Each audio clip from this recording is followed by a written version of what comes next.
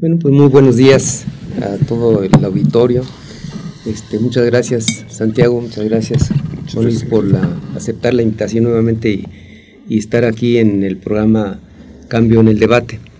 He considerado en forma muy particular la importancia de lo que ha pasado en España y de lo que ocurre en México y de las desviaciones políticas que se han suscitado en nuestro país y las condiciones, desde luego, socioeconómicas que vivimos. Entonces, quisiera poner a la discusión de esta mesa la situación sobre la corrupción que ha habido en México y, desde luego, también cómo se ha ido transformando desde un estado que tuvimos una dictadura en principios del siglo pasado, que esta dictadura termina con una revolución, empiezan regímenes revolucionarios, desde luego comandados por militares, llega una etapa con el general Cárdenas siendo el general, que empieza prácticamente una etapa civilista siendo él general, porque él empieza ya a tener una administración más en forma, más firme, con más objetivos sociales. Y finalmente desembocamos nosotros en una presidencia constitucional, pero muy poderosa. Uh-huh. Es decir, llegamos a la época del presidencialismo mexicano. Y a partir de esa fecha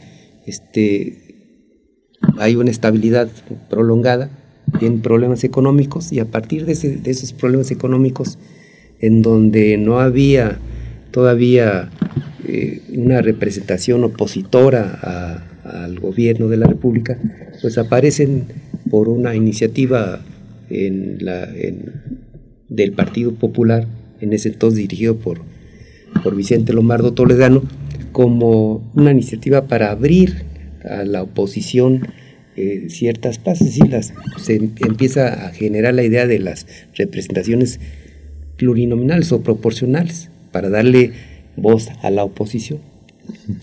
Y esta se transforma ya en una realidad cuando el GATT, si no estoy equivocado, cuando el acuerdo de aranceles que tuvo México con Estados Unidos y Canadá, lo obligaron a que se abriera democráticamente. Y entonces aparece ya la figura de las posiciones plurinominales, y con esa figura hoy ya no sabemos quién gobierna. Es decir, porque han crecido los partidos, en los partidos políticos hay unas burbujas que le llaman, es decir, los comités directivos, las burbujas que están compuestas por intereses diferentes dentro de un mismo partido, pero coincidentes en el aspecto supuestamente ideológico. Y esa composición, pues ahora trae al país hecho bolas, ¿no? Porque ya no sabemos quién manda. El presidente ha perdido autoridad, el presidente de la República ha perdido bastante autoridad, no ha perdido todo el poder. Parte de la iniciativa privada está participando o tiene una buena tajada de ese poder, porque le han transcrito o le han transcribido o le han cedido las empresas que antes eran nacionales. Uh-huh. Las controlan ellos. Hace un momento indicabas tú acerca de la fibra óptica, son recursos económicos del Estado que costaron muchos millones de pesos y que en una bagatela se las transfieren a las compañías televisoras. Entonces, esta situación que pasa aquí, pasa en España también. Y como dato curioso, pues es realmente asombroso que, por ejemplo, el presidente Rajoy, el presidente del gobierno español, como presidente de España, tiene un salario aproximado de 75,000 euros. Uh-huh. 75,000 euros. Pero como diputado y como jefe del Partido Popular en España, ganaba 340,000 euros. O sea, prácticamente la tercera parte de lo que ganaba como diputado y como representante el Partido Popular lo gana como presidente. Y entonces vemos en España un desastre económico, un problema social que se denota por la corrupción que ha habido, y nosotros vemos otro problema en México igual, ¿no? Precisamente por esa corrupción. Yo, ingeniero, considero que no nada más es en México y en España. Aquí un estudio de barómetro del 2010 de Transparencia Internacional nos indican de las encuestas que realizaron para ese año que 8 de cada 10 ciudadanos encuestados consideran que los partidos políticos son los más corruptos de todas las instituciones. Entonces esta situación es grave. ¿Cómo se perciben los partidos políticos? Los partidos políticos en esos momentos han sido inoperantes, no responden a las necesidades de la sociedad, caminan lento, tienen intereses particulares, no mandan sus mejores perfiles. Cuando llegan al poder o al ejercicio del poder, que es el fin del partido político, buscan allanar las posiciones con una camarilla. Entonces, vemos que los partidos no han respondido a las necesidades de la sociedad, responden a necesidades prácticamente de particulares, como si hubiesen privatizado sus servicios a un sector de beneficiados dentro del interior del partido, ¿no?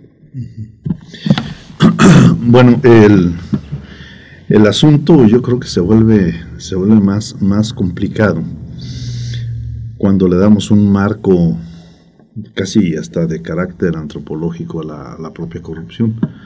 Porque así como la prostitución fue el oficio más antiguo del mundo, hay una seria discusión entre que si fue la prostitución o la corrupción lo que empezó esto, ¿verdad?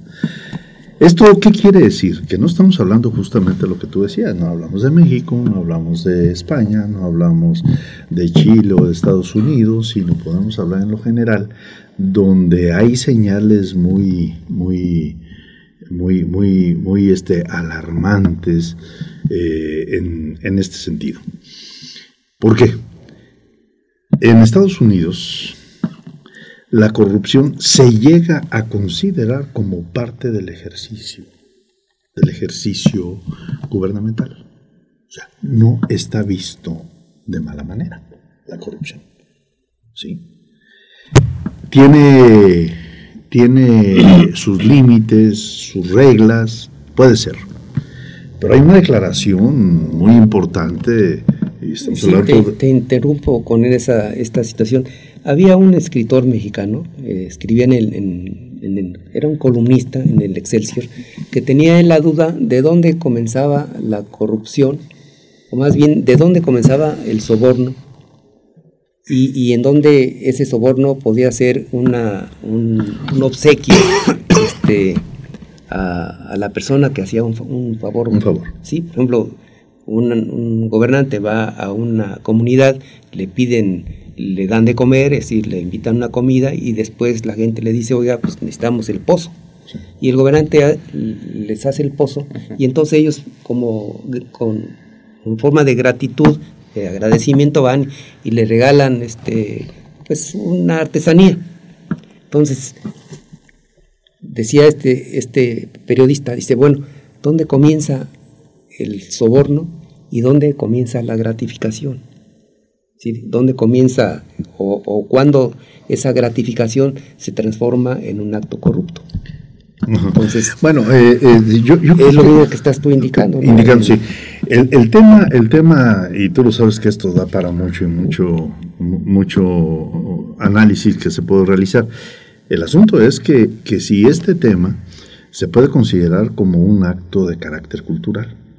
Sabemos nosotros por la historia de México cómo se han venido sucediendo las cosas en términos o en el marco de la corrupción. Primero, ¿sí? Tendríamos que ver qué tipos de corrupción hay, porque no es uno solo, no es el soborno, por ejemplo. Hay fraude, peculado, sí, colusión. Hay una serie de tráfico de influencias. Tráfico de influencias. Entonces eso te va generando un gran abanico, ¿sí? Donde empiezan a no percibirse las cosas como son. Porque si nosotros agarráramos una sola línea, nos asustamos de los resultados que obtendríamos, pero vienen a ser 8, 10, 15 líneas de corrupción. Esto yo creo que en otros momentos, ingeniero, lo hemos comentado aquí, y yo creo que valdría la pena si reconocemos primero que hay bastantes formas de corruptela, en el cual están involucrados empresarios, ciudadanía, funcionarios menores y mayores, ¿sí? Todo tipo de políticos, los partidos que vienen a ser así como la inercia de este concepto de corrupción. Pero ¿qué es lo que pasa? Hay dos cosas interesantes aquí. La primera es, los partidos políticos son de utilidad para México en un sentido de sueño. Podríamos pensar que sí, porque los partidos te permiten hacer una serie de cosas, pero luego viene la contraparte, que valdría la pena escuchar sus opiniones, en el sentido de que el partido político que entra a la parte de corrupción, ¿cómo impacta a la sociedad? ¿Cómo impacta? ¿Cómo se olvida del objetivo fundamental de poder equilibrar las fuerzas políticas, llevar las propuestas de la sociedad ante un gobierno, en fin, crear un cuerpo más sólido de servidores públicos, de mandato, de gobierno, ¿sí? Pero a la hora que entran en este nivel de corrupción, ¿qué es lo que sucede? ¿Cómo es el rebote? ¿Qué le pasa a la sociedad? Me gustaría escuchar la opinión de ustedes. Yo me gustaría darle respuesta al ingeniero del planteamiento que había hecho, en qué momento entra la corrupción. Yo creo que el obsequio de esta comunidad, de este funcionario, yo creo que en el momento en el que el funcionario les dé el beneficio a esa comunidad sin que legalmente la comunidad hubiese cubierto la regla. En ese momento yo creo que empieza la corrupción. Pues yo creo que la corrupción comienza precisamente cuando el funcionario empieza a pedir, para poder hacer. O lo acepta o a veces no pide, acepta y se hace de la vista gorda. Pero que es el soborno. Que es el momento en el que empieza a descomponerse todo. Que lo mismo pasa en los partidos políticos. Es decir, yo creo que es el problema que tenemos nosotros actualmente en México, porque los partidos políticos, en el caso particular vamos a hablar en forma general, pero ha habido partidos políticos que su propia dirigencia ha sido de padres a hijos, ¿sí? De padres a hijos, pero que además no hay además de que ha sido una herencia, es decir, los hijos han heredado la posición que tenía el padre, estos han buscado para sobrevivir y para apoyar alianzas con otros partidos antagónicos totalmente, en forma. Entonces, cuando son partidos antagónicos, ideológicamente están ocasionándole un fraude a sus propios militantes, y entonces son actos de corrupción. Déjame interrumpirte. Sí, por la falta de ¿crees que el marco jurídico que regula este tipo de cosas está hecho más a modo de los que están en los partidos que al modo de darle una verdadera respuesta a la sociedad? Claro. Lo que pasa, desde mi punto de vista, es que se ha ido modificando esto en una forma perversa, ¿no? Es decir, nosotros tenemos un partido político. Ese partido político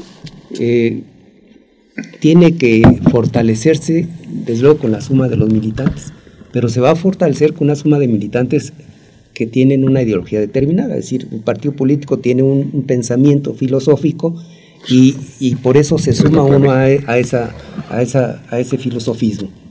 Pero cuando ese filosofismo, cuando los propios directivos de ese partido empiezan con sus tranzas, empiezan con sus arreglos cupulares para impedir el paso de otro partido o para sumar esfuerzos para darle cuello al otro partido, pues empieza a haber una distorsión. Ellos se empoderan ya con esa situación, cuando le dan cuello a un partido se empoderan y entonces empiezan ellos a negociar ya posiciones de poder.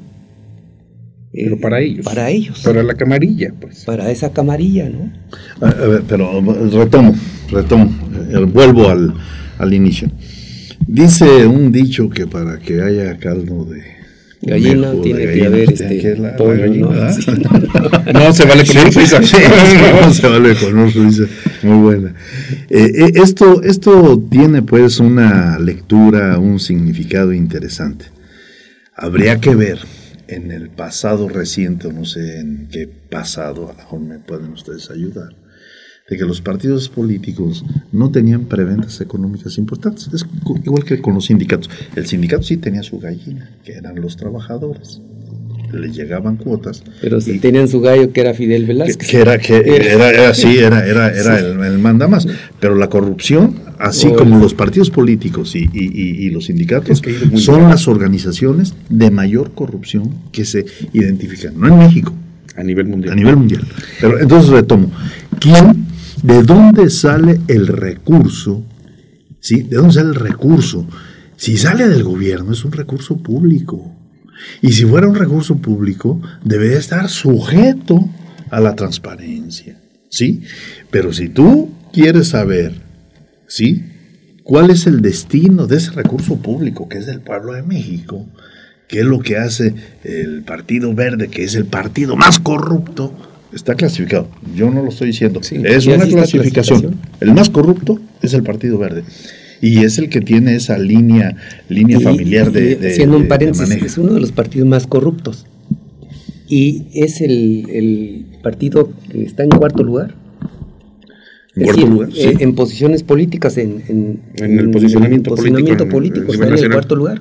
Entonces, uno de los partidos más corruptos, que está en el posicionamiento cuarto lugar, pues imagínate la influencia que puede tener para, o cuando menos para penetrar en toda esa red y seguir siendo todavía más corrupto, es decir, estar obteniendo beneficios para seguir corrompiendo. Sí, porque están presidentes municipales, están diputados locales, están diputados regidores, están diputados federales, están senadores.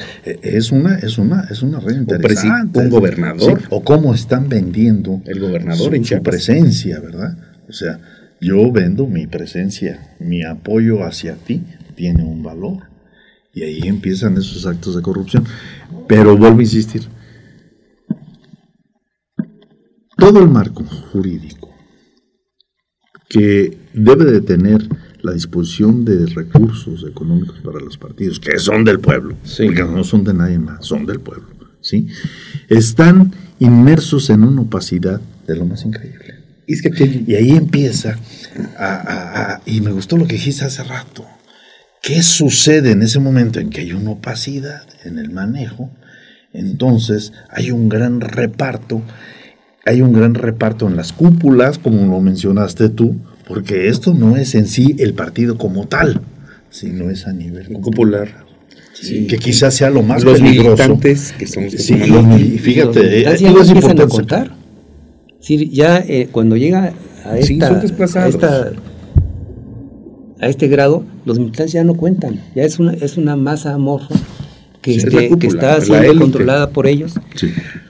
Aquí hay un problema, yo creo que en el diseño, por lo menos electoral del país, es difícil que un ciudadano honesto, trabajador, pueda acceder si no es a través de un partido político. Entonces, se debería de poder empoderar o posicionar más a la ciudadanía. Ese es un trabajo que se tendría que hacer para eliminar, considero yo, la corrupción que existe en los partidos políticos. No digo yo que exista, las encuestas lo marcan y la opinión pública. El segundo lugar es que deberían de existir verdaderos organismos ciudadanizados. En este caso vemos el IFE, que debería de ser, y el IEM, que deberían de ser organismos ciudadanos, han terminado en esa misma situación, es que han terminado representantes de del IFE son cuotas de poder a los propios partidos. Entonces se ha vuelto una gata totalmente revolcada. No deja de ser gata, aunque esté polvosa, pero es la misma gata. Entonces se debe de empoderar a la ciudadanía, y la ciudadanía normal no está preocupada por los asuntos políticos, está preocupada por tener el pan en la mesa, que ese es otro problema, la distribución del ingreso que existe en este país, que permite que la camarilla en el poder, y la camarilla no me refiero nada más a las cúpulas políticas, me refiero a los poderes fácticos y poderes formales de este país, hagan lo que realmente lo que quieren.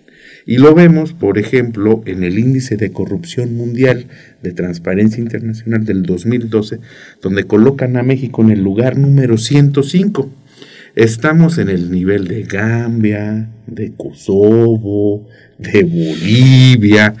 Yo creo que Bolivia está mejorando. Está mejor, ¿no? O sea, le ganamos a Albania, a Etiopía, a Guatemala, Nigeria. Ese es el nivel de corrupción que existe en el país. Ahora con eso vemos esos índices de corrupción. Sí.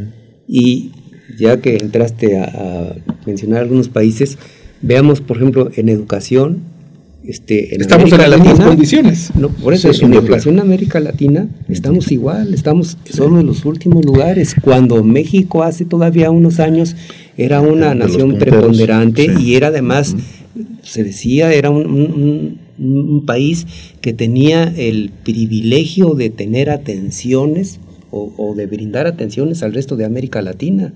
Lo que hoy no sucede. Hoy tenemos desprestigio, no solamente en materia educativa, sino tenemos un desprestigio internacional en materia diplomática.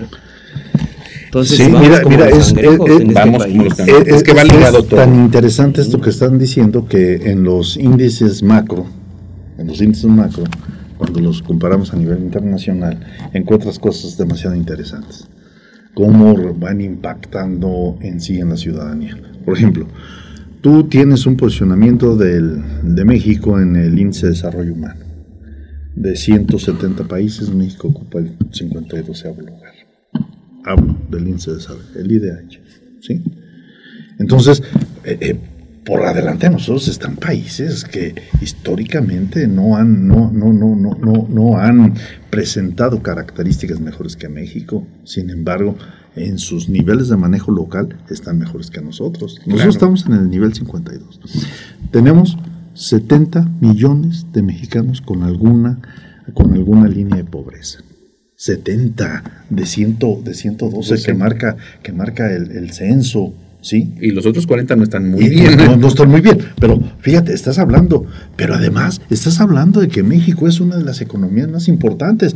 Ahí viene toda esa contradicción, ingeniero. Aquí en el grupo de los 20, apoyando la noción que tú haces en el índice de corrupción, en el G20, somos el antepenúltimo. Y en la OCDE somos el último lugar en corrupción. Entonces, prácticamente, confirmando tus datos, es educación, corrupción, seguridad, desarrollo humano, pobreza. Estamos en los mismos niveles. Desafortunadamente. Nada más rápidamente los nombres de los 20 países para que la gente... Es Australia, Canadá, Alemania, Japón, Inglaterra, Estados Unidos, Francia, Corea, Turquía, Arabia Saudita, Brasil, Sudáfrica, Italia, China, la India, Argentina, México, y después sigue Indonesia y Rusia. O sea, en estos 20 países, pero eso no quiere decir que a nivel nacional, a nivel internacional estemos en esas posiciones. No, a nivel internacional estamos en el 105. Entonces, a nivel internacional estamos en el 105 y estamos por abajo de muchos países de América Latina. En América Latina estamos en el lugar 25. En el número 25. O sea, nada más le ganamos a Guatemala, República Dominicana, Ecuador, entonces, Nicaragua, es una situación grave la que tenemos en el país. Muy preocupante. Entonces, pues todo vino pues por la indicación de que tenemos un gobierno, tenemos una administración pública muy lamentable, en forma genérica, tenemos partidos políticos que distan mucho de ser confiables ya a la propia a los propios militantes. Ciudadanía los militantes de la ciudadanía no creen ellos. Tenemos un problema muy grave del crimen organizado, que precisamente nace de la corrupción. Yo tengo un compañero que me decía que el grave problema de México era que con relación al crimen organizado era que los decomisos de droga que se hacían y que se quemaban antes en los cuarteles militares, pues se empezaron a dejar de quemar, se quemaba la mitad. Fíjate, ¿no? Se quemaba la mitad y la mitad se quedaba con las fuerzas federales, y entonces estas empezaron a comercializar la droga, y fue cuando el narco decía, bueno, pues si entonces era nuestro negocio y había acuerdos. Vamos a platicar. Pero es que volvemos a donde sea. Compra en obra pública, seguridad, educación, a donde volteemos. Desafortunadamente ha habido un canal de corrupción. Terrible, no hay ética, no hay formación de cuadros. Y no hay castigo, además. No hay castigo, no tenemos castigo. Yo no hay creo indicadores. Que en este país debe empezarse a castigar, debe empezársele a hacer juicios políticos y realmente a rescatar la honestidad, ¿no? Cuando menos tiene que empezar a haber ya castigos en alguna forma. Pero yo creo que eso que estás mencionando es muy correcto, pero yo creo que la estructura que debe de tener un proceso de enmienda para la corrupción, un proceso de enmienda, ¿sí? Pero no nomás, esa es la parte importante que te quiero mencionar. No es tanto que podamos decir ahorita que tenemos algunas luces, algunas esperanzas. Sabemos que si tuviéramos instrumentos de carácter jurídico bien pensados, donde se privilegiara el uso, el beneficio a la sociedad, como el IFAI, por ejemplo, ¿no? ¿Sí? Que también está atraviesa por una crisis. Por una crisis, que las contralorías de los estados no fueran de los estados, que fueran ciudadanizadas, en fin, hay una serie de elementos. Pero es lo mismo, es decir, volvemos a la misma historia, el IFE es ciudadanizado. No, ya no. Ya no. Sí fue intereses políticos. Por eso, el origen del IFE fue ciudadanizarlo. Sí. Y hoy, por intervención de los partidos políticos que tienen el control, lo contaminaron. Son cuotas. Y ya no. Cuotas de poder.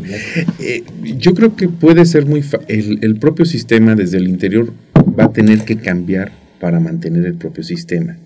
Si no queremos que esto se salga de control, considero yo.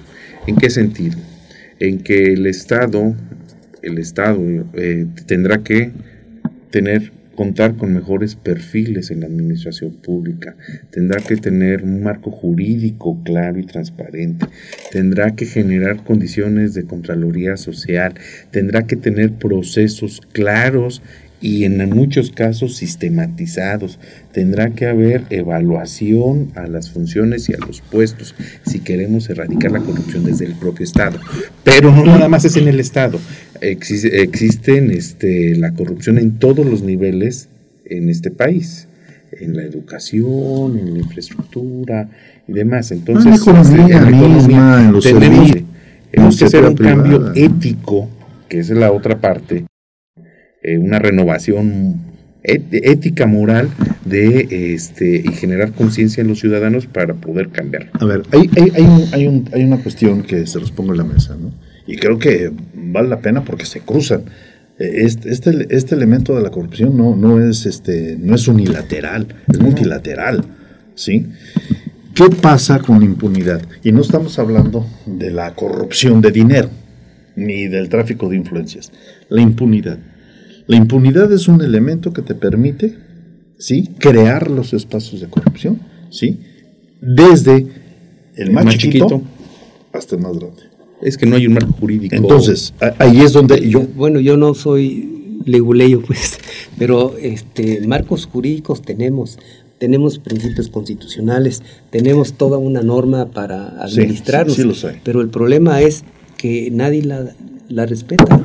Sí, a la Constitución política se le han hecho cientos, yo creo que ya algunos cercanos de las 1000. Bueno, la del 17, que es la misma, la que tenemos ahorita. Yo creo que entonces, pero se ha ido cambiando, pero no se respeta. Sí, el problema de nosotros de este país es que no respetamos ni a las instituciones ni a los principios.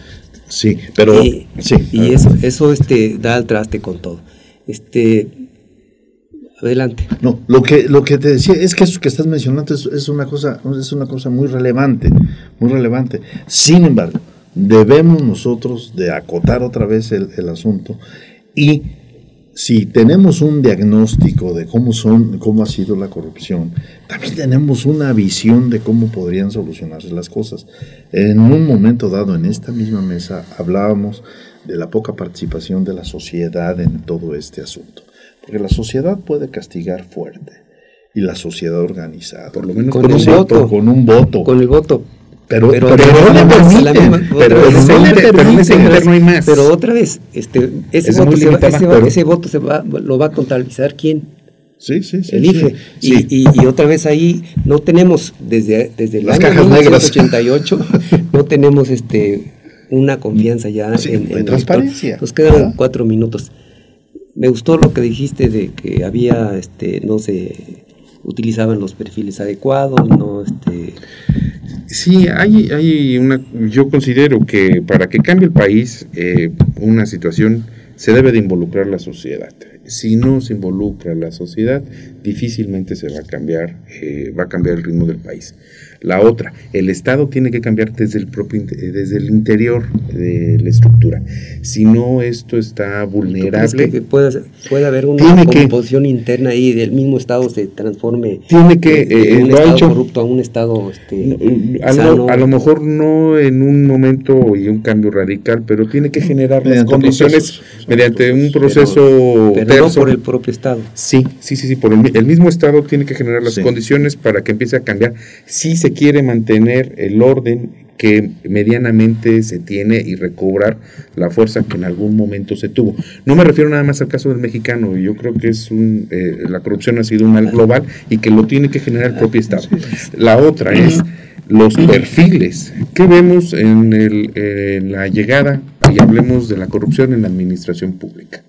Que los partidos políticos, pero en particular ciertos grupos, ciertas camarillas, ven las posiciones como una posición de prebenda hacia ellos. Y no se cuidan los perfiles, no se cuidan los procesos. No hay el aprovechamiento, yo le llamaría, no hay el aprovechamiento del capital humano. No lo hay. En México hay gente realmente muy capacitada, con mucha experiencia, que ha hecho estudios profesionales en diferentes partes, que se ha preparado. Voy al caso de las patentes que se registran constantemente en Estados Unidos. Un gran número de las patentes que se hacen en Estados Unidos son de origen mexicano. Aquí tenemos investigadores que han